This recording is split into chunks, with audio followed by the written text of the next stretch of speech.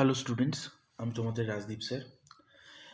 আশা করি সকলে ভালো আছো এবং সকলে অবশ্যই পড়াশোনার মধ্যে আছো। প্রথমেই সকলের কাছে একটা বিষয় একটু বলে নিতে চাই, সেটা হচ্ছে যে অনেক দিন পর তোমাদের ক্লাসগুলো আবার আসছে ইউটিউবে। কারণ এই মাঝখানে আমাদের কিছু টেকনিক্যাল প্রবলেম এবং ছেলে মেয়েদের পরপর যে এক্সামগুলো হয়ে গেল আমাদের স্টুডেন্টদের, অর্থাৎ ডাব্লিউবিসিএস, এবং পরের যে এক্সামগুলো আসছে অর্থাৎ আমাদের ফুড এসআই, মিসলেনিয়াস, ক্লার্কশিপ, এগুলোর জন্য ওদেরকে একটুখানি তৈরি করবার ব্যাপারে আমরা একটু ব্যস্ত ছিলাম। এছাড়াও তোমরা সকলেই জানো যে আমরা একটা মকেরও ব্যবস্থা করেছিলাম, একটা প্র্যাকটিস সেটের ব্যবস্থা করেছি। তো সেই সব কাজ নিয়ে আমরা একটুখানি বিজি ছিলাম বেশ কিছু দিন। তো যার জন্য আমরা কিন্তু ক্লাসগুলো তোমাদের প্রোভাইড করতে পারিনি। কিন্তু এখন থেকে আবার তোমরা আগের মতনই রেগুলার তোমরা ক্লাসগুলো পাবে। এবং যেই জায়গাগুলো থেকে আমরা ক্লাস নিচ্ছিলাম, অর্থাৎ মানে যে যেই অংশগুলো তোমাদের বাকি ছিল, অর্থাৎ আমাদের যে এই সিরিজটা যেটা চলছিল, যেখানে আমরা প্রশ্ন উত্তর অ্যান্সার আলোচনা করছিলাম আমাদের হিস্ট্রি এবং কনস্টিটিউশনের ওপর, এই সিরিজটা আমাদের কন্টিনিউ হবে। অরিত্র স্যার, পৌলমী ম্যাম, অন্যান্য ফ্যাকাল্টিসরাও খুব তাড়াতাড়ি আসছেন তোমাদের সাথে আমাদের ইউটিউবে ক্লাস নিয়ে। তো তোমাদের সকলকে বলবো আবার নতুন করে নিজেদের ক্লাসগুলো দেখা শুরু করো। আশা করি তোমাদের অনেকটা তোমরা লাভ পাবে। এবং এক্সাম রিলেটেড যে ব্যাপারগুলো তোমাদেরকে বলবার আছে, যে এইখান থেকে আমরা যে জায়গাগুলো তোমাদেরকে প্র্যাকটিস করিয়েছিলাম সেখান থেকে কোনো প্রশ্ন বা সেই জায়গাগুলো থেকে কীরকম কতটা কি কভার হয়েছে বা কি হয়েছে, খুব আনন্দের সঙ্গে জানাচ্ছি যে আমরা যে প্র্যাকটিস ব্যাচটি যেটা শুরু করেছিলাম, সেই প্র্যাকটিস ব্যাচে আমাদের ছেলেমেয়েরা প্রচণ্ড পরিমাণে উপকার পেয়েছে আমাদের এক্সামগুলোতে। অর্থাৎ বিশেষ করে এখন যে ডাব্লিউবিসিএসের যে এক্সামটা হয়েছে, সেখানে জিকের পোর্শনটা, ম্যাথ, তারপরে হচ্ছে জিকের সায়েন্সের পোর্শনটা, ইংলিশের পোর্শনটা ওরা কিন্তু খুব ভালো করে আসতে পেরেছে এবং প্রত্যেকে খুব স্যাটিসফাইড এই জায়গাটা করে। এবং প্র্যাকটিস ব্যাচ আমাদের একটা নতুন ইনিশিয়েটিভ, যাতে করে স্টুডেন্টদের প্র্যাকটিসের জায়গাটা আরও বেশি করে বাড়ানো যায়। কারণ একটা জিনিস সবসময় আমরা লক্ষ্য করেছি, সেটা হচ্ছে যে স্টুডেন্টরা থিওরি ক্লাসটা খুব মন দিয়ে করে, থিওরিটা খুব ভালো করে তাদের রপ্ত হয়ে যায়, কিন্তু প্র্যাকটিসের অভাবে তারা কিন্তু সেই স্কোরটা করে আসতে পারে না। এক্সামে গিয়ে সেই প্রশ্নগুলোর অ্যান্সার কিন্তু তারা ঠিকঠাকভাবে করতে পারে না। ধরো একটা প্রশ্ন ঘুরিয়ে দিয়ে দেওয়া হলো, সেই প্রশ্নের অ্যান্সার কিন্তু তারা ঠিকঠাক করে করে আসতে পারে না। একটাই তার কারণ, সেটা হচ্ছে প্র্যাকটিস। এবার তাদের যে সদিচ্ছে নেই প্র্যাকটিস করার, এরকমও নয়, কারণ তারা বই কেনে, প্র্যাকটিস করবো ভাবে, কিন্তু প্র্যাকটিসটা হয় না নিজেদের ক্ষেত্রে। তো এই কারণে আমরা এখানে এমন একটা প্ল্যাটফর্ম তৈরি করেছি, যেখানে শুধুমাত্র প্রচুর প্রশ্ন আলোচনা হবে। এবং একটা প্রশ্ন এরকম আমরা রাখি না যেই প্রশ্নগুলো একদম ইরিলেভেন্ট বা পরীক্ষায় আসবে না, বা যেরকম ধরনের প্রশ্নগুলোর কোনো মানে যেরকম ধরনের প্রশ্নগুলোর কোনো মূল্য নেই, এরকম ধরনের প্রশ্ন কিন্তু আমরা রাখি না। যারা যারা আমাদের ক্লাস করে প্র্যাকটিস ক্লাসটা, তারা নিজেরাই বলতে পারবে যে কীরকম ধরনের প্রশ্ন রাখা হয়। এবং পরীক্ষার দিকে তাকিয়ে, মানে সামনে যে এক্সামগুলো আছে সেই এক্সামগুলোর দিকে তাকিয়ে, বা আমাদের সামনে যতগুলো এক্সাম আসতে চলেছে প্রত্যেকটা এক্সামের দিকে তাকিয়ে প্রশ্নগুলো কতটা ইম্পর্টেন্ট, সেটা কিন্তু তোমরা ক্লাস করলেই বুঝতে পারবে। বা তোমাদের মধ্যে যারা যারা ভাবছো যে প্র্যাকটিস ক্লাসটা করবে, তারা কিন্তু অবশ্যই আমাদের সাথে কিন্তু একটুখানি যোগাযোগ করে নিও। নিচে ডেসক্রিপশানে তোমাদের আমাদের হোয়াটসঅ্যাপ নাম্বারটা তোমাদেরকে দেওয়া থাকবে, সেখান থেকে অবশ্যই কিন্তু তোমরা আমাদের সাথে একটুখানি যোগাযোগ করে নিও। তো বেশি কথা না বলে চলো আজকের প্রশ্নটা আমরা শুরু করি। তো এবার থেকে কিন্তু আমরা রেগুলার আবার আমাদের ক্লাসগুলো আসবে, তো সকলে একটু মন দিয়ে ক্লাসগুলো করো। তো দেখো, আজকেও আমরা 10টা প্রশ্ন নিয়ে আলোচনা করব, কিন্তু এই 10টা প্রশ্ন থেকে আমরা অনেক কিছু তথ্য কিন্তু এখান থেকে আমরা আলোচনা করব। যেমন দেখো, আমাদের প্রথম প্রশ্নটাই আমাদেরকে যেটা বলা হচ্ছে যে বৈদিক religion florist along the river, মানে কোন রিভারকে বলতে পারে যে একদম কেন্দ্র করে বৈদিক রিলিজিয়ান ফ্লোরিস্ট হয়েছিল। তো এই জায়গাটা আমাদেরকে একটুখানি মাথায় রাখতে হবে। দেখো, আমাদের অপশানে যেগুলো আছে, সেটা হচ্ছে প্রথমে আছে হচ্ছে ইন্দাস রিভার, ঠিক আছে, তারপরে আছে হচ্ছে যমুনা রিভার, তারপরের অপশানটা আমরা একটু নিচের দিকে আসি, আহ, সেটা হচ্ছে তোমার গঙ্গা রিভার এবং সরস্বতী রিভার। এবারে দেখো, ইন্দাস, যমুনা, গঙ্গা এবং সরস্বতী, এই চারটে অপশনের মধ্যে ছেলেমেয়েরা কিন্তু বেশিরভাগ ক্ষেত্রে গঙ্গা রিভার কিন্তু অ্যান্সার করে আসবে, কিন্তু অ্যাকচুয়ালি আমাদের যেটা অ্যান্সার হবে সেটা হচ্ছে সরস্বতী রিভার। ঠিক আছে? তো এখানে তোমাদেরকে একটা জিনিস আমি একটুখানি বলে নিই, একটু মন দিয়ে জায়গাটা শুনে নাও। বৈদিক পিরিয়ড শুরু হচ্ছে, আমরা দেখতে পাচ্ছি যে বৈদিক পিরিয়ড শুরু হচ্ছে তোমার 1500 BC থেকে। এবার 2000 BC-তে আমরা দেখতে পাচ্ছি যে আরিয়ানসরা কিন্তু ভারতবর্ষতে আসছে। ঠিক আছে? এবং ভারতবর্ষের ওয়েস্টার্ন পার্টে তারা কিন্তু আসছে, মানে ভারতবর্ষের ওয়েস্টার্ন পার্টে বলতে পারো তোমরা যে ইন্দাস ভ্যালির দিকেই কিন্তু তারা আসছে, বা ইন্দাস ভ্যালি সম্পর্কে তাদের নলেজ হচ্ছে, বা ইন্দাস ভ্যালি সম্পর্কে তারা জানছে। 2000 BC থেকে তারা ভারতবর্ষতে আসছে, এবং আমরা যেটা দেখতে পাচ্ছি ভারতবর্ষতে তারা পাকাপাকিভাবে বসবাস শুরু করছে বলতে পারো 1500 BC থেকে। ঠিক আছে? এবারে এখানে তোমাদের একটা জিনিস মাথায় রাখতে হবে যে আরিয়ানসরা ভারতবর্ষতে এসেছিলেন কিন্তু তোমার হচ্ছে যে এশিয়া মাইনর বা সেন্ট্রাল এশিয়া থেকে। ঠিক আছে? এটা মানে দেখো, অনেক ঐতিহাসিক, অনেকে মনে করেন আর্কটিক রিজিয়ন থেকে, অনেকে মনে করেন জার্মানি থেকে এসেছিলেন, ইউরোপ থেকে এসেছিলেন।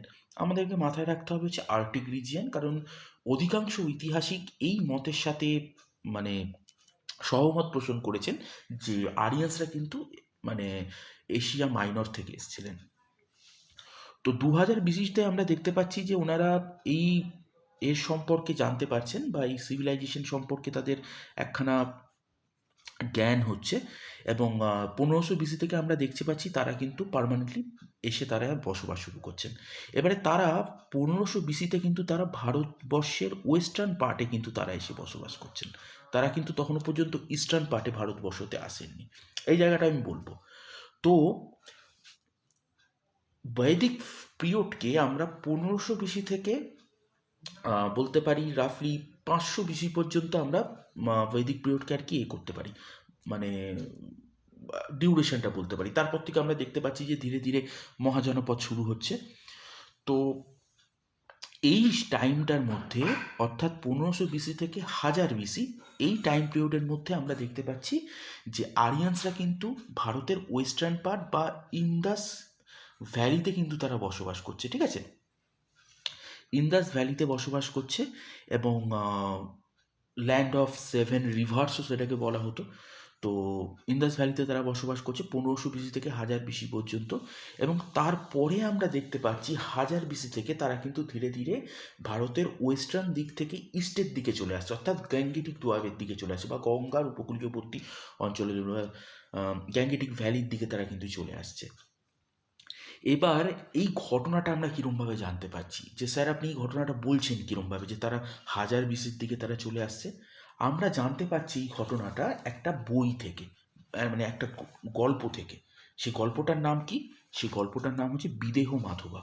তো বিদেহ মাধবা নামে একটা গল্পের কথা আমরা জানতে পারছি, যেই গল্পতে আমরা দেখতে পাচ্ছি যে তোমার আরিয়ান্সরা কিন্তু এর দিকে চলে আসছে, মানে ওয়েস্ট থেকে ইস্টের দিকে চলে আসছে। এই জায়গাটা আমরা জানতে পারছি বিদেহা মাধবা নামে একটা গল্প থেকে, এবং এই গল্পটা আছে হচ্ছে সপ্ত ব্রাহ্মীণ নামক একটা গ্রন্থতে। ঠিক আছে? সপ্ত ব্রাহ্মীণ নামক একটা বৈদিক পিরিয়ডের একটা গ্রন্থতে। এটা একটু মাথায় রাখতে হবে তোমাদের।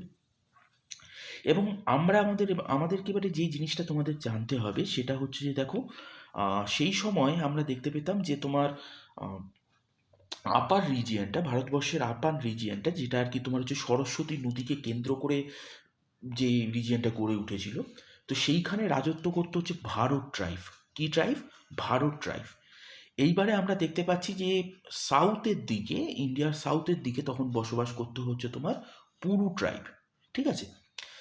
সাউথের দিকে রাজত্ব করতে হচ্ছে পুরু ট্রাইব।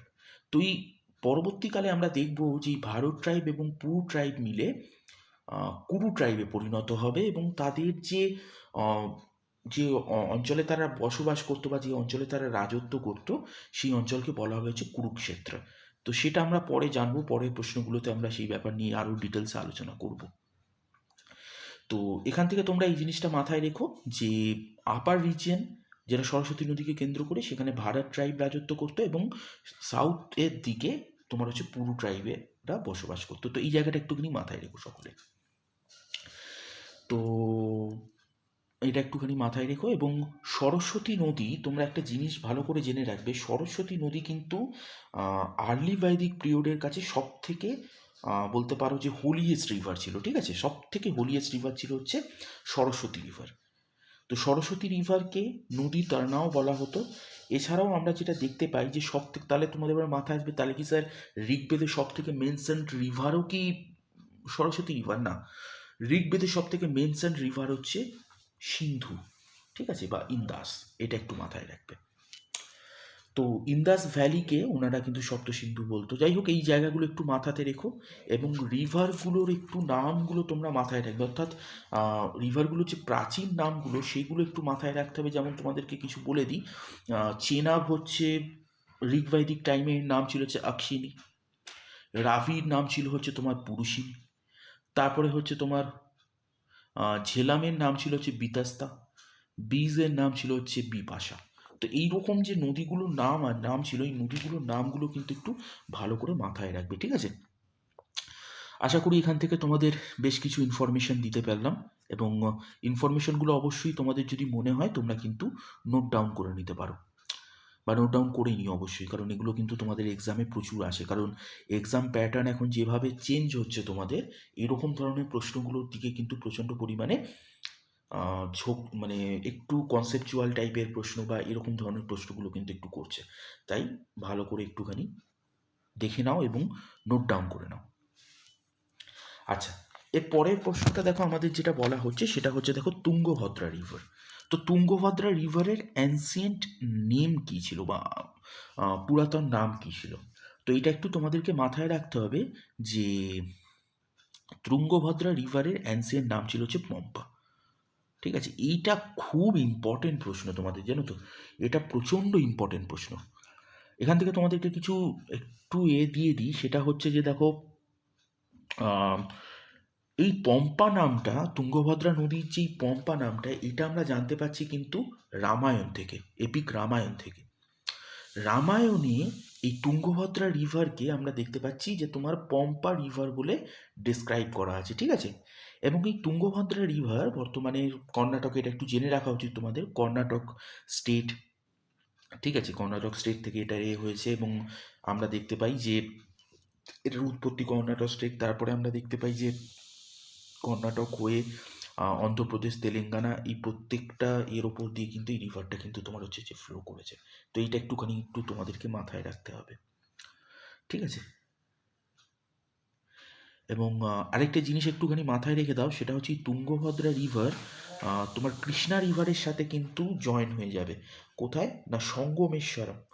হ্যাঁ, সঙ্গমেশ্বরম ভিলেজ, কান্নুর ডিস্ট্রিক্টে, অন্ধ্রপ্রদেশের কান্নুর ডিস্ট্রিক্টের সঙ্গমেশ্বর ভিলেজে এই তুঙ্গভদ্রা রিভার কিন্তু কৃষ্ণা রিভারের সাথে কিন্তু মিলিত হয়ে যাবে। তো এই জায়গাটা একটু মাথায় রেখো যে তুঙ্গভদ্রা রিভারের অ্যান্সিয়েন্ট নেম ছিল পম্পা, কারণ এটা আমরা জানতে পারি এই রামায়ণ নামক, মানে রামায়ণ থেকে, ঠিক আছে? যে এই রিভারকে, এই তুঙ্গভদ্রা রিভারকে পম্পা নামে কিন্তু ডিসক্রাইব করা হচ্ছে বা বলা হচ্ছে। এটা একটু ভালো করে সকলে একটু ভালো করে মাথায় রাখবে, আর এটা একটু লিখেও নিতে পারো তোমরা, এগুলো তোমাদের এক্সামের জন্য কিন্তু ইম্পর্টেন্ট হতে চলেছে। আচ্ছা, তারপরের প্রশ্নটাতে আমরা আসি। তারপরের প্রশ্নটা খুব ভালো, এবং এই প্রশ্নটা একটু কনসেপচুয়াল প্রশ্ন, কিন্তু যারা যারা তোমাদের পুরুষসূক্ত থিওরিটা সম্পর্কে যাদের আইডিয়া আছে, তারা এই প্রশ্নটার অ্যান্সার কিন্তু খুব ভালোভাবে তোমরা করে আসতে পারবে। মানে একবার ভালো করে পড়ে নিলেই তোমরা রেটের করে আসতে পারবে, বা পুরুষসূক্ত থিওরিটা যদি তোমাদের একটু ভালো করে জানা থাকে তাহলেই তোমরা পারবে। তো প্রথমেই আমাদেরকে জানতে হবে সেটা হচ্ছে যে বৈদিক পিরিয়ডের এখানে যে স্টেটমেন্টগুলো দিয়েছি, স্টেটমেন্টগুলো প্রত্যেকটাই কিন্তু আমরা দেখতে পাচ্ছি যে তোমার পুরুষসূক্ত থিওরি থেকেই কিন্তু এগুলো নেওয়া হয়েছে, ঠিক আছে? পুরুষসূক্ত থিওরি থেকেই কিন্তু এগুলো নেওয়া হয়েছে।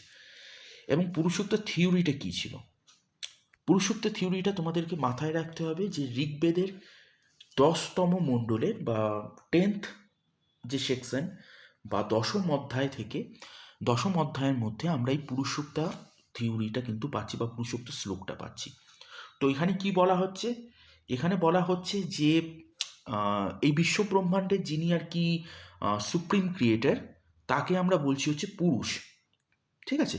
এই সুপ্রিম ক্রিয়েটারকে আমরা বলছি পুরুষ, যিনি বিশ্ব ব্রহ্মাণ্ড সমস্ত কিছু সৃষ্টি করেছেন তাকে আমরা পুরুষ বলছি। তো এই পুরুষের বিভিন্ন অঙ্গ থেকে তোমার হচ্ছে যে মানুষের সৃষ্টি হয়, 4 ধরনের মানুষের সৃষ্টি হয়। তারা কারা কারা এবং কোন কোন অংশ থেকে তাদের সৃষ্টি হয় না? প্রথমেই হচ্ছে মাউথ বা মুখ থেকে সৃষ্টি হয় হচ্ছে ব্রাহ্মণদের, মুখ থেকে সৃষ্টি হয় হচ্ছে ব্রাহ্মণদের। তারপরে দেখো আর্মস বা বাহু যুগল থেকে সৃষ্টি হয় হচ্ছে ক্ষত্রিয়দের। থাইস বা উরু থেকে সৃষ্টি হয় হচ্ছে বৈশ্যদের। এবং ফিট বা পা থেকে সৃষ্টি হয় হচ্ছে শূদ্রদের। তো এইটা তোমার হচ্ছে যে পুরুষোক্তা থিওরি, এবং এর মাধ্যমেই আমরা দেখলাম যে প্রথমবারের জন্য বর্ণ প্রথা কিন্তু মানে এর মাধ্যমেই আর কি বর্ণ প্রথা প্রচলিত হচ্ছে। এবারে এখান থেকে তোমাদের যে জিনিসটা মাথায় রাখতে হবে সেটা হচ্ছে যে দেখো, এখান থেকে এবারে যে জিনিসটা তোমাদেরকে মাথায় রাখতে হবে সেই জিনিসটা দেখো যে এই পুরুষোক্তা বা এই যে 4টে বর্ণের কথা এখানে বলা হচ্ছে, সেই সময় কিন্তু এই বর্ণগুলো কিন্তু তাদের কাজের উপর নির্ভর করত। ঠিক আছে, মানে তাদের অকুপেশনে, মানে এটা কিন্তু জন্মসূত্রের ব্যাপারটা কিন্তু ছিল না। ঠিক আছে, তারা কীরকম কাজ করছে সমাজে সে তার ওপরে তাদের কিন্তু এই বর্ণগুলো নির্ভর করতো। ঠিক আছে, কিন্তু পরবর্তীকালে এটা অবশ্যই একটা জন্মগতভাবে একখানা চলে আসে, মানে একজন ব্রাহ্মণের ছেলে ব্রাহ্মণই হবে, তার কর্ম যেরকমই হোক না কেন। তো এই জিনিসগুলো পরবর্তীকালে কিন্তু হয়, কিন্তু প্রথমে যখন এটা যখন হয়েছিল সেটা কিন্তু মানুষের কাজের ওপর নির্ভর করতো বর্ণগুলো। তো যাই হোক, এখানে এবারে আমাদের পুরুষোক্তা থিওরিটা যেটা বললাম, তো সেই রিগার্ডিং যে স্টেটমেন্টগুলো আমাদেরকে দিয়েছে, এখানে দেখো প্রথমেই আমাদেরকে বলা হচ্ছে যে বৈশ্য এরা পুরুষের থাইস বা উরু থেকে সৃষ্টি। তাহলে এইটা কিন্তু আমাদের একদম ঠিক, বা এই স্টেটমেন্টটা আমাদের একদম ঠিক। তো সেকেন্ড স্টেটমেন্টে কি বলা হচ্ছে না, ক্ষত্রিয় যারা ওয়ারিয়ার বা যারা রুলার্স, ঠিক আছে, ওয়ারিয়ার রুলার্স, সমাজে যারা এই ধরনের কাজের সাথে যারা যুক্ত থাকতো, যারা রুলার্স হতো, যারা রাজা হতো, যারা ওয়ারিয়ার্স হতো, যারা যুদ্ধের সাথে যুক্ত থাকতো বা যুদ্ধতে যারা পারদর্শী হতো, তাদেরকে আমরা ক্ষত্রিয় বলতাম। তো ক্ষত্রিয়রা আমরা দেখতে পাচ্ছি যেই পুরুষের আর্মস থেকে সৃষ্টি হচ্ছে। তো পুরুষোক্তা থিওরি আমরা একটু আগেই আলোচনা করলাম, সেখানেও দেখলাম যে ক্ষত্রিয়দের তোমার উৎপত্তি কিন্তু পুরুষের আর্মস থেকে হচ্ছে পুরুষোক্তা থিওরি অনুযায়ী। তারপরে আমরা দেখতে পাচ্ছি যে শূদ্র যারা লেবার বা সার্ভেন্ট এই এতে আর কি যাদেরকে বলা হতো, তো তারা কিন্তু আমরা দেখতে পাচ্ছি যে পুরুষের ফিট বা পা থেকে কিন্তু তাদের জন্ম হচ্ছে। তো এইটাও পুরুষোক্তা থিওরি অনুযায়ী এই স্টেটমেন্টটাও ঠিক। এবং লাস্ট স্টেটমেন্ট আমরা যেটা দেখতে পাচ্ছি সেখানে বলা হচ্ছে যে the Brahmanas or the priest came from Purusha's ears, অর্থাৎ পুরুষের কান থেকে সৃষ্টি হচ্ছে। তাহলে এই স্টেটমেন্টটা কিন্তু আমাদের ভুল। ঠিক আছে, লাস্ট স্টেটমেন্টটা কিন্তু আমাদের ভুল, কারণ আমরা দেখতে পাচ্ছি যে পুরুষোক্তা থিওরি অনুযায়ী ব্রাহ্মণদের সৃষ্টি হচ্ছে পুরুষের মুখ থেকে। ঠিক আছে, তো এই জায়গাটা একটুখানি কিন্তু সকলে মাথায় রেখো। আচ্ছা, তো একটা জিনিস একটু এখান থেকে মাথায় রেখো যে এই পুরুষোক্তা থিওরির ওপরে এটা দিয়েছে, তো পুরুষোক্তা থিওরি এখান থেকে খুব প্রশ্ন আসে তোমাদের যে পুরুষোক্তা থিওরিটা ঋগ্বেদের কোন মণ্ডলে আমরা পাই, ঠিক আছে, বা কোন সেকশনে আমরা পাই। তো এটা একটু মাথায় রাখবেন যে দশম মণ্ডল বা 10th মণ্ডলে আমরা কিন্তু এই পুরুষোক্তা থিওরিটা কিন্তু পাই, এটা একটু মাথায় রাখবে। আচ্ছা, তারপরের প্রশ্নতে আমরা চলে আসি। দেখো, আচ্ছা, এই প্রশ্নটা খুব ভালো, এবং এটা থেকে তোমাদের কিন্তু খুব ভালো অনেকবার প্রশ্ন এসছে, বিশেষ করে কেন্দ্রীয় সরকারের যে এক্সামগুলো আছে এবং স্ট্যাটিক জিকের ক্ষেত্রে এই প্রশ্নটা কিন্তু খুব ইম্পর্টেন্ট। ঠিক আছে, মানে আমাদের মিসলেনিয়াসের জন্য কিন্তু এই প্রশ্নটা খুব ইম্পর্টেন্ট, এটা একটু মাথায় রেখো। তো দেখো, আমাদের প্রথমে আমাদের যে প্রশ্নটা যেটা করা হচ্ছে যে দেখো, it is believe that lord Shiva assume the form of dash, মানে এই ফর্মটার কথাই জানতে চাইছে যে উনি কোন রূপ ধারণ করেন। এবং আমরা দেখতে পাচ্ছি যে ম্যারিড পার্বতী, মানে মাতা পার্বতীকে বিবাহ করছেন at the site of Meenakshi temple in south India. তো সাউথ ইন্ডিয়ার মীনাক্ষী টেম্পলে মনে করা হয় যে তোমার লর্ড শিবা মাতা পার্বতীকে বিবাহ করছেন, এবং সেই কারণে লর্ড শিবা একটা রূপ ধারণ করেছিল। তো সেই রূপটা কী ছিল? তো আমাদেরকে মাথায় রাখতে হবে এটা আমাদেরকে এটা একটু মাথায় রাখতে হবে, দেখে রাখো যে লর্ড শিবা রূপ যেটা ধারণ করেছিলেন সেটা ছিল হচ্ছে তোমার সুন্দরেশ্বরা। ঠিক আছে, সুন্দরেশ্বরা, সুন্দরেশ্বরা রূপ কিন্তু উনি ধারণ করেছিলেন, বা সুন্দরেশ্বরা কিন্তু উনি ধারণ করেছিলেন, এবং এই রূপ ধারণ করে আমরা দেখতে পাচ্ছি উনি মাতা পার্বতীকে বিবাহ করছেন। এবারে যেটা আছে সেটা হচ্ছে যে লর্ড শিবা সুন্দরেশ্বরা মানে রূপ ধারণ করেছিলেন, এবং গডেস পার্বতী বা মা পার্বতী উনি কিন্তু মীনাক্ষী বা মীনাক্ষী রূপ ধারণ করেছিলেন। এবং তারপরে আমরা দেখতে পাচ্ছি যে মীনাক্ষী টেম্পলে বা ওই জায়গায় ওনাদের কিন্তু বিবাহ হচ্ছে। এবং এই টেম্পলটার নাম একটু জেনে রাখো, মীনাক্ষী আম্মান টেম্পল। ঠিক আছে, মীনাক্ষী আম্মান টেম্পল। আর এই টেম্পলটা কিন্তু বর্তমানে তামিলনাড়ুতে অবস্থিত, এবং এই টেম্পলটাকে আরেকটা নামেও আমরা জানি, সেটা হচ্ছে মীনাক্ষী সৌন্দরেশ্বরা টেম্পল। ঠিক আছে, মীনাক্ষী সৌন্দরেশ্বরা টেম্পল। মীনাক্ষী ছিলেন হচ্ছে মাতা পার্বতী, এবং সৌন্দরেশ্বরা ছিলেন হচ্ছে ভোলেনাথ আমাদের। তো ভোলেনাথ সৌন্দরেশ্বরা রূপ ধরছেন, এবং মাতা পার্বতী মীনাক্ষী। তো এই টেম্পলটাকে ওই কারণে মীনাক্ষী সৌন্দরেশ্বরা টেম্পলও কিন্তু বলা হয়ে থাকে, এটা একটু মাথায় রেখো সকলে। এবং এই টেম্পলটা তৈরি করেছিলেন হচ্ছে বিশ্বনাথ নায়ক। ঠিক আছে, বিশ্বনাথ নায়ক এটা তৈরি করেছিলেন, উনি ছিলেন একজন নায়ক রুলার। তো এনাদের সম্পর্কেও আমরা পড়বো, এই নায়কদের সম্পর্কেও আমরা পড়বো পরবর্তীকালে। আমাদের যে টাইম লাইন বেস যে হিস্ট্রির যে ক্লাসটা যেটা চলছে, সেটা আবার যেখানে আমরা মানে মিডিয়েভাল হিস্ট্রি পর্যন্ত আমরা করেছিলাম, তো তারপর থেকে আবার ক্লাসটা চলবে। তো নায়কদের সম্পর্কে আমরা জানবো সেখানে।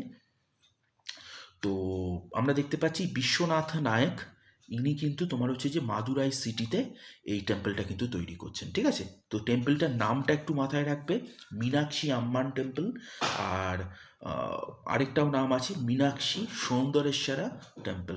ঠিক আছে, তো এবং এটা তৈরি করেছিলেন হচ্ছে বিশ্বনাথ নায়ক, নায়ক রুলার ছিলেন, এবং এটা মাদুরাই অবস্থিত তামিলনাড়ুর। এটা একটু মাথায় রেখো। এখান থেকে কিন্তু তোমাদের অনেকগুলো প্রশ্ন আসে, এবং স্ট্যাটিক জিকের ক্ষেত্রেও কিন্তু যে ইনফরমেশনগুলো দিলাম সেগুলো কিন্তু খুব ইম্পর্টেন্ট। এবং মিসলেনিয়াস এসএসসি সিজিএল বা এসএসসি মানে এসএসসি সিজিএল, এসএসসি এমটিএস, ঠিক আছে, তোমাদেরকে একটু মাথায় রাখতে হবে যে এই এক্সামগুলোর জন্য মানে অর্থাৎ তোমার এসএসসি সিজিএল, তারপরে হচ্ছে মিসলেনিয়াস, তারপরে হচ্ছে তোমার এমটিএস, ঠিক আছে, সিএইচএসএল, এই এক্সামগুলো, রেল, এইগুলোর জন্য কিন্তু এই প্রশ্নগুলো কিন্তু খুব ইম্পর্টেন্ট। এবং এই প্রশ্নটা থেকে যে তথ্যগুলো তোমাদের দিলাম সেগুলো একটুখানি কিন্তু ভালো করে তোমরা মাথাতে রেখো। আচ্ছা, তো তার পরবর্তী প্রশ্নতে আমরা আসি। তো তার পরবর্তী প্রশ্নতে দেখো আমাদের যেটা বলা হচ্ছে যে as per ancient Indian philosophy the Purusharthas or the four aims of life's does not include. তো এই পুরুষার্থা যে আমাদের যে ফিলোসফি, এই ফিলোসফির মধ্যে যে চারটে এম, লাইফের যে চারটে এমের কথা বলা হয়েছে, তার মধ্যে এর মধ্যে কোনটা নয়, মানে চারটি অপশান আছে, তার মধ্যে এর মধ্যে কোনটা নয়। তো আমাদেরকে যেটা মাথায় রাখতে হবে, প্রথমে যেটা আমাদেরকে করতে হবে সেটা হচ্ছে পুরুষত্বা থিওরিটা কী বা পুরুষত্বা ফিলোসফিটা কী, প্রথমে এটা মাথায় আনতে হবে। দেখো, পুরুষত্বা থিওরি হচ্ছে বা পুরুষার্থা থিওরি হচ্ছে বলতে পারো the blue print for the human fulfilment. ঠিক আছে, হিউম্যান ফুলফিলমেন্টের বলতে পারো হচ্ছে ব্লু প্রিন্ট এটাকে। এবং আমাদের যেটা বলা হচ্ছে যে একটা মানুষের জীবন তখনই ফুলফিল হতে পারে যেই সময় মানুষ চারটে এম কিন্তু তোমার হচ্ছে যে যে চারটে লক্ষ্য জীবনের, সেই লক্ষ্যগুলো তাই যাতে মানে সে যখন প্রাপ্ত হতে পারে। তো সেই চারটে লক্ষ্য কী কী? প্রথমে হচ্ছে তোমার ধর্ম। ধর্ম মানে হচ্ছে মাথায় রাখতে হবে তোমাদের ডিউটি, হ্যাঁ, নিজের কর্তব্য, নিজের এথিক্স, এই জায়গাগুলোর কথা এখানে বোঝানো হচ্ছে ধর্ম বলতে। অর্থ মানে কি? অর্থ মানে হচ্ছে তোমার সম্পদ, নিজের প্রসপিরিটি, নিজের সমৃদ্ধি, এই জায়গাগুলোর কথা কিন্তু এর মাধ্যমে অর্থের মাধ্যমে কিন্তু বোঝানো হচ্ছে। তারপরে আসছে হচ্ছে তোমার কামা। কামা মানে হচ্ছে কি তোমার না নিজের যে সুখ, শান্তি, এই জায়গাগুলো বোঝানো হচ্ছে কামার মাধ্যমে। তারপরে আসছে হচ্ছে তোমার মোক্ষা। মোক্ষা হচ্ছে তোমার মুক্তি। ঠিক আছে, মোক্ষা হচ্ছে মুক্তি। তাহলে এই যে 4 M's যে কথা বলেছি, 4টে এমস কি কি না মাথায় রাখতে হবে, ধর্ম, অর্থ, কাম ও মোক্ষ। ঠিক আছে, তো এখানে এবার আমাদের যেটা বলেছে যে এর মধ্যে এই 4টে যে লক্ষ্য, এই 4টে লক্ষ্যর মধ্যে কোনটা নয় এর মধ্যে, তা আমাদের এখানে অ্যান্সার হবে হচ্ছে ইয়াসা। ইয়াসা কিন্তু এই পুরুষার্থ থিওরির বা পুরুষার্থ ফিলোসফির এই যে 4টে লক্ষ্য, এই 4টে লক্ষ্যর মধ্যে পড়ে না। 4টে লক্ষ্যর মধ্যে তাহলে কি কি পড়ে, ধর্ম, অর্থ, কাম, মোক্ষা। ঠিক আছে, তো এখানে আমরা দেখতে পাচ্ছি যে মোক্ষ আছে, কাম আছে, অর্থ আছে, ধর্মটা নিয়ে ওর জায়গায় ইয়াসা দিয়েছে, ইয়াসাটা কিন্তু আমাদের হবে না, তাহলে আমাদের এটাই কিন্তু অ্যান্সার হবে। তো এটা একটুখানি দেখে নিও, পুরুষার্থা যে অ্যানসিয়েন্ট ফিলোসফি, এটা একটুখানি ভালো করে তোমরা পারলে নোট ডাউন করে নিও ওই জায়গাটা। তো তারপরের প্রশ্নতে আমরা আসি। দেখো আমাদের তার পরের প্রশ্নতে যেটা বলা হচ্ছে, এখান থেকে বেশ কিছু ইনফরমেশনও তোমরা পাবে। তো Rigveda is divided into dash book or mandals, কতগুলো মন্ডল বা কতগুলো মন্ডলে আর কি এটা বিভক্ত। একটু আগেই তোমাদেরকে এই ব্যাপারটা নিয়ে আমি আলোচনা করছিলাম, সেটা হচ্ছে যে 10টা মন্ডলে কিন্তু ঋগ্বেদ বিভক্ত। এবারে আমাদেরকে এখানে যেটা মাথায় রাখতে হবে সেটা হচ্ছে যে দেখো, এই ঋগ্বেদের মধ্যে যে 10টা মণ্ডল আছে তার মধ্যে তোমাদেরকে মাথায় রাখতে হবে থার্ড মণ্ডলটা মারাত্মক ইম্পর্টেন্ট। থার্ড মণ্ডলে কি আছে, থার্ড মণ্ডলে আমরা দেখতে পাচ্ছি দ্য ফেমাস গায়ত্রী মন্ত্র কিন্তু এই থার্ড মণ্ডলে কিন্তু আছে। এই থার্ড মণ্ডলটা তোমার হচ্ছে যে পুরোপুরিভাবে দেবী সাবিত্রী, সোলার গডেস দেবী সাবিত্রীকে উদ্দেশ্য করে বা ওনার প্রতি সমর্পিত করে এই থার্ড মণ্ডলটা কিন্তু লেখা হয়েছিল, এবং এটি লিখেছিলেন হচ্ছে বিশ্বামিত্র মুনি। ঠিক আছে, এটা একটু মাথায় রাখবে। এবং 9th মণ্ডল, ঋগ্বেদের 9th মণ্ডলটাও কিন্তু একটু তোমাদেরকে মাথায় রাখতে হবে। ঋগ্বেদের 9th মণ্ডল হচ্ছে তোমার সোমদেবকে আর কি ডিভোটেড করে লেখা, বা সোমদেবকে আর কি উৎসর্গ করে এই নবম মণ্ডলটা কিন্তু লেখা। তো সোমদেব ছিলেন হচ্ছে গড অফ প্ল্যান্টস, এবং তোমরা জানো যে সোমরস, তো সোমদেবের কথাটা একটুখানি কিন্তু তোমাদেরকে মাথায় রাখতে হবে যে 9th মণ্ডলটা সোম গডেশ বা গড সোমদেবকে নিয়ে লেখা, এবং থার্ড মণ্ডল সাবিত্রী, সোলার গডেস সাবিত্রী দেবী, এবং গায়ত্রী মন্ত্রটাও কিন্তু ওনাকে করেই কিন্তু লেখা, ওনাকেই কিন্তু তোমার উৎসর্গ করে কিন্তু লেখা, এবং থার্ড মণ্ডলটা পুরোপুরিভাবে তোমার হচ্ছে সাবিত্রী দেবীকে উৎসর্গ করা। তো এটা একটু মাথাতে রেখো। আচ্ছা, আরেকটা জিনিস একটুখানি যদি মাথাতে রাখতে পারো সেটা হচ্ছে 10তম মণ্ডল। 10তম মণ্ডলটার ব্যাপারে অবশ্য আমরা একটু আলোচনাও করলাম। 10তম মণ্ডলটা, এই 3টে মণ্ডল অ্যাকচুয়ালি তোমাদেরকে মাথায় রাখতে হবে জানো তো এক্সামের জন্য। 10তম মণ্ডলে আমরা দেখতে পাচ্ছি পুরুষোক্তা থিওরি। পুরুষোক্তা থিওরি মানে একটু আগে আমরা আলোচনা করলাম 4টে বর্ণর যে সৃষ্টি, অর্থাৎ তোমার ব্রাহ্মণ, ক্ষত্রিয়, বৈশ্য, শূদ্র, এই 4টে বর্ণের যে সৃষ্টি, এই পুরুষোক্তা থিওরি। তো এই পুরুষোক্তা শ্লোক এইটা আমরা কোথার থেকে পাচ্ছি না, 10তম মণ্ডল থেকে ঋগ্বেদের। তাহলে থার্ড মণ্ডল থেকে গায়ত্রী মন্ত্র, 9th মণ্ডলটা সোমদেবকে উৎসর্গ করে লেখা, এবং 10তম মণ্ডলটা থেকে আমরা পুরুষোক্তা থিওরি সম্পর্কে জানতে পারছি। তো এগুলো একটু মাথাতে রেখো সকলে। আচ্ছা, বা পারলে একটু নোট ডাউন করে নিও, এগুলো যে ইনফরমেশনগুলো তোমাদেরকে দেয়া হচ্ছে বা দিচ্ছি সেগুলো কিন্তু প্রত্যেক কটা তোমাদের এক্সামের জন্য ইম্পর্টেন্ট। ঠিক আছে, কোনো না কোনো, এই যে সামনে যে তোমাদের এতগুলো এক্সাম আসছে, কোনো না কোনো এক্সামে এর ভেতর থেকে কিন্তু তোমরা পেয়ে যাবে, মানে প্রশ্ন দেখবে পেয়ে যাবে। তো এইগুলো একটুখানি ভালো করে কিন্তু তোমরা নোট ডাউন করে নিও, বা ভিডিওটা দরকার হলে তোমরা 2-3বার শুনতেও পারো, যাতে করে তোমাদের মাথায় জিনিসগুলো গেঁথে যায়। অবশ্যই একটা হিস্ট্রির ক্ষেত্রে একটা কথা বলে দিই, মুখস্থ করতে কিন্তু যেও না কখনো, কারণ মুখস্থ করতে গেলেই কিন্তু হিস্ট্রিটা তোমাদের অনেকের কাছেই একটু কঠিন মনে হয়, কিন্তু এত তথ্য, এত অনেক কিছু, এতটা বড়, তো এগুলো কিন্তু মুখস্থ করতে যেও না, এগুলোকে গল্পের আকারে মনে রাখবার চেষ্টা করো, যেরকমভাবে আমি বলে যাচ্ছি সেরকমভাবে জিনিসগুলোকে মনে রাখবার চেষ্টা করো। দরকার হলে 1-2বার শুনে নিও, কিন্তু মনে রাখবার চেষ্টা করো, এগুলোকে মুখস্থ করতে যেও না। তো তারপরের প্রশ্নটা দেখো আমাদেরকে কি বলা হচ্ছে না, তারপরের প্রশ্নটায় আমাদেরকে বলা হচ্ছে দেখো, the collection of Vedic hymns or mantras are known as. তো বৈদিক যে শ্লোকাস বা বৈদিক যে মন্ত্রগুলো ছিল সেগুলোর কালেকশনকে আমরা কি বলবো? তো দেখো, সেগুলোর কালেকশনকে বলা হয় হচ্ছে তোমার সংহিতা। ঠিক আছে, সংহিতা বলা হয়। তো এই সংহিতা, আমরা জানি যে আমাদের যে 4টে বেদ আছে, এই প্রত্যেকটা বেদেরই কিন্তু সংহিতা আছে, অর্থাৎ ঋক, সাম, যজুর, ঋক, সাম, যজুর, সাম, আহ, ঋক, সাম, যজুর, অথর্বা। ঠিক আছে, ঋক, সাম, যজুর, অথর্বা, এই 4টে বেদকেই কিন্তু তোমার হচ্ছে যে এই 4টে বেদ কিন্তু আছে। তো এই 4টে বেদেরই কিন্তু তোমার হচ্ছে যে সংহিতাও আছে। তো এর মধ্যে সব থেকে পুরাতন সংহিতা হচ্ছে ঋগ্বৈদিক সংহিতা বা ঋগ্বেদা সংহিতা। তো এটা হচ্ছে তোমার ওল্ডেস্ট এক্সট্যান্ড ইন্ডিক টেক্সট আমরা বলতে পারি এটাকে, দ্য ওল্ডেস্ট এক্সট্যান্ড ইন্ডিক বুক, সব থেকে পুরাতন সংহিতা এটা, ঋগ্বৈদিক সংহিতা। এটা একটু মাথায় রাখবে। এবং এখান থেকে আরেকটা প্রশ্ন তোমাদেরকে করছি, সেটা একটু কমেন্টে সকলে জানাবে। সেটা হচ্ছে যে এই যে 4টে বেদ আছে, ঋক, সাম, যজুর, অথর্বা, এই 4টে বেদের মধ্যে কোন 3টে বেদকে বেদাত্রয়ী বলা হয়? কোন 3টে বেদকে মিলিয়ে বেদাত্রয়ী বলা হয়?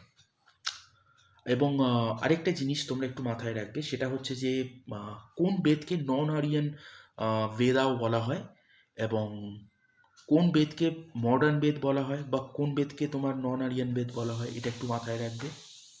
তাহলে দুটো প্রশ্ন করলাম, একটা হচ্ছে বেদাত্রয়ী কোন 3টে বেদকে নিয়ে বেদাত্রয়ী বলা হয়, মডার্ন বেদা বা নন আরিয়ান বেদা কোন বেদকে বলা হয়। তো এটা একটু সকলে কমেন্টে আমাকে লিখে জানিও।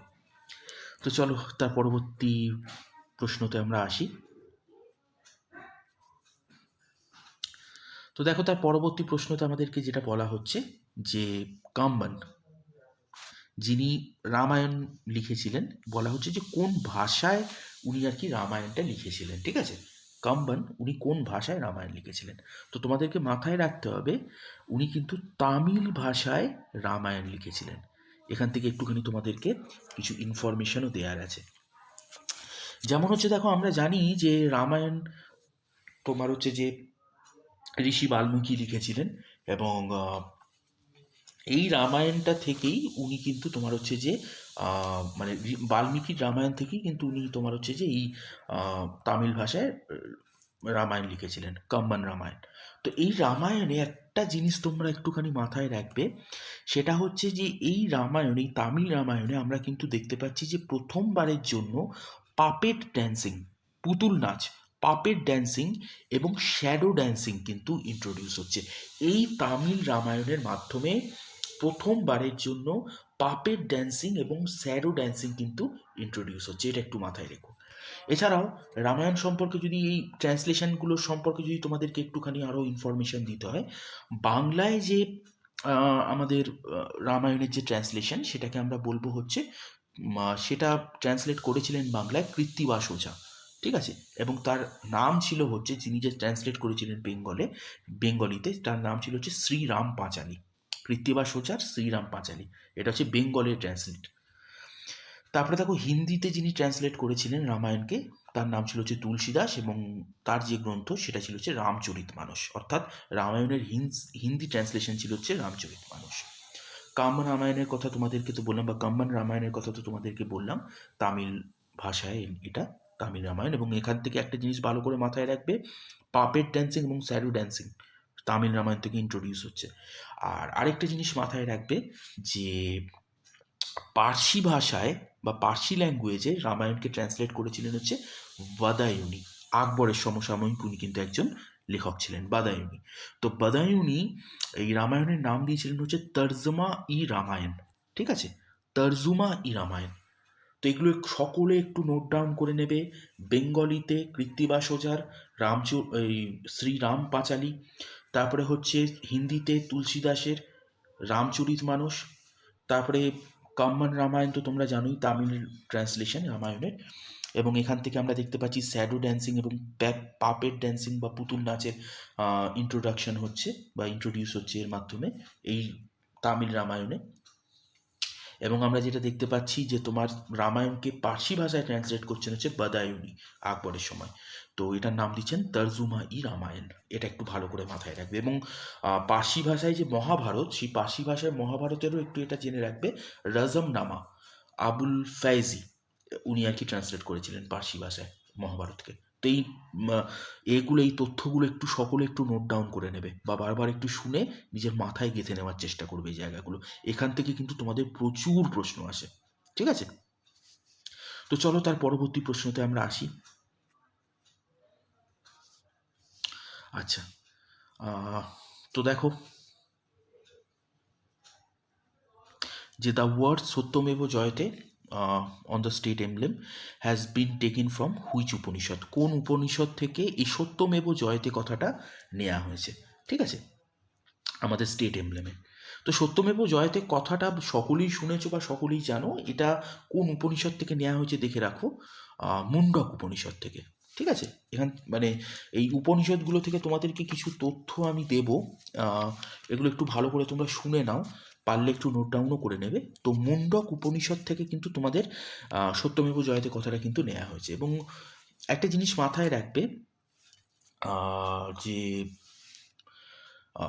এই সত্যমেব জয়তে যে কথাটা, এই সত্যমেব জয়তে কথাটা কিন্তু তোমার হচ্ছে যে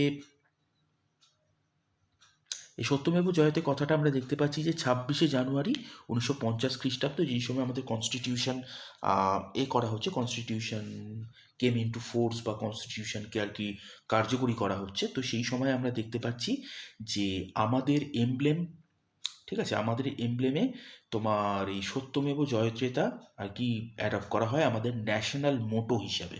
সত্যমেব জয়ত্রেতা আমাদের এমব্লেমে রাখা হয় আমাদের ন্যাশনাল মোটো হিসাবে, ঠিক আছে, এটা একটু মাথায় রাখবে। আচ্ছা, তো উপনিষদ থেকে তোমাদের কিছু ইনফরমেশন দেবো বলছিলাম, একটুখানি সকলে শুনে নাও। যে উপনিষদের মধ্যে তোমাদের দেখো মুন্ডক উপনিষদটা অবশ্যই মনে রাখতে হবে, কারণ এর থেকে আমরা সত্যমেব জয়তে কথাটা পাচ্ছি। এবং আরেকটা জিনিস যেটা আমাদেরকে মাথায় রাখতে হবে সেটা হচ্ছে বৃহদারণ্যকা। বৃহদারণ্যকা নামক উপনিষদটার নাম এই কারণেই আমাদেরকে মাথায় রাখতে হবে যে এইটা ছিল হচ্ছে ওল্ডেস্ট উপনিষদ, ঠিক আছে। তো বৃহদারণ্যকাটা আমাদেরকে একটু মাথায় রাখতে হবে, ওল্ডেস্ট উপনিষদ। আর মুন্ডক উপনিষদটা মাথায় রাখতে হবে, চণ্ডগায়া উপনিষদটা আমাদেরকে কিন্তু মাথায় রাখতে হবে। এই তিনটে উপনিষদ একটু মাথায় রাখবার তোমরা একটু চেষ্টা করো, এখান থেকে কিন্তু তোমাদের প্রশ্ন আসে। আচ্ছা, তো দেখো তারপরের প্রশ্নতে আমরা আসি।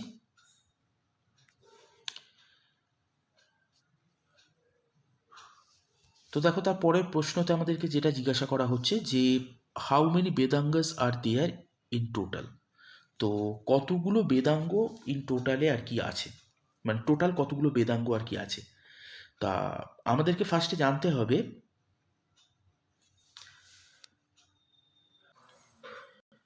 আমাদেরকে এটা একটু জেনে রাখতে হবে, সেটা হচ্ছে যে বেদাঙ্গস হচ্ছে তোমার লাইন্স অফ বেদাস, বেদারই কিন্তু একটা অংশ, এটা একটু তোমাদেরকে মাথায় রাখতে হবে।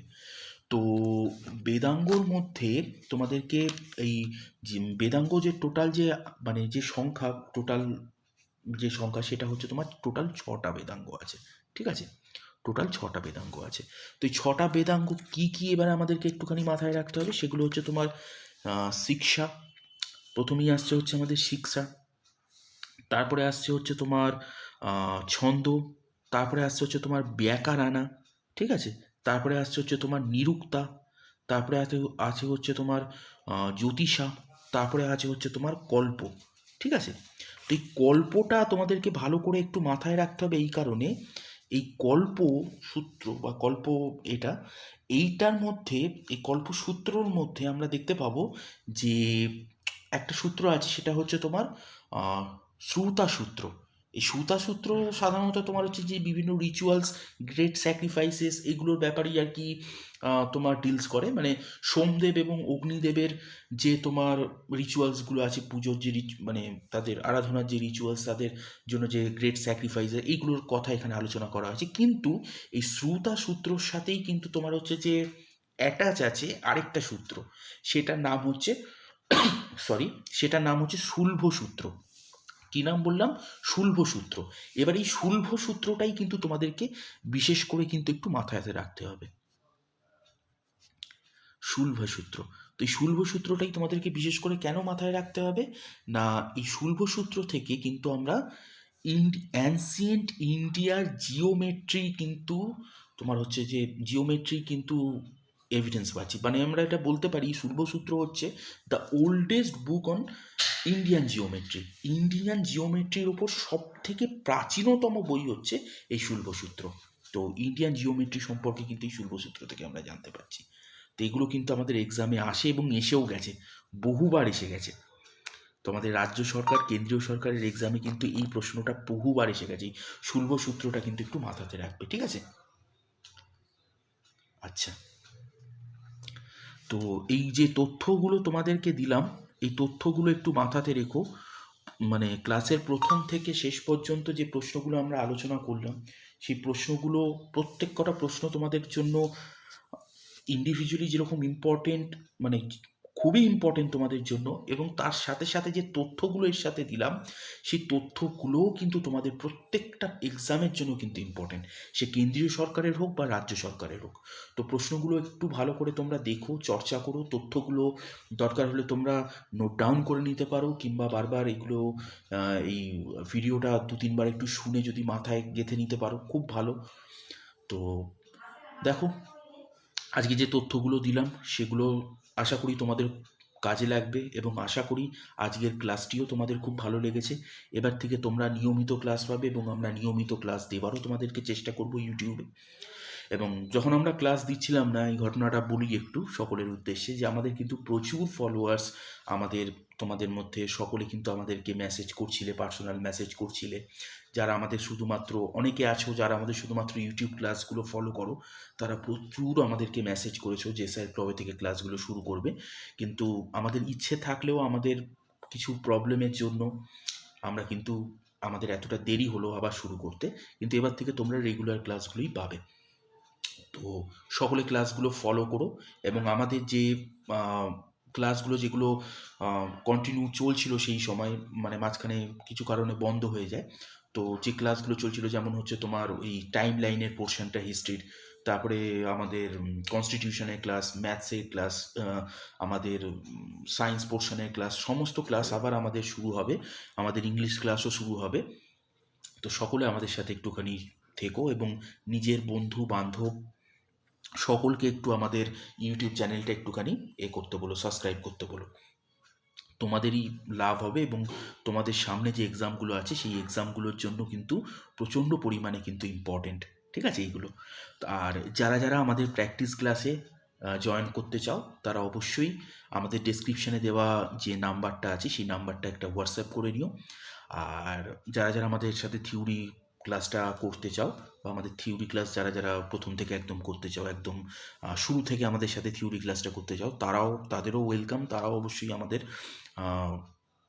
ডেসক্রিপশানে দেওয়া নাম্বারটাই কিন্তু অবশ্যই একটা হোয়াটসঅ্যাপ করে নিও। তো চলো, আজকের ক্লাসটা আমরা এত দূর অবধি রাখছি। এবার থেকে নিয়মিত তোমাদের সাথে দেখা হবে। সকলে খুব ভালো থেকো, পড়াশোনার মধ্যে থেকো, সকলকে শুভেচ্ছা, খুব ভালো থেকো সকলে।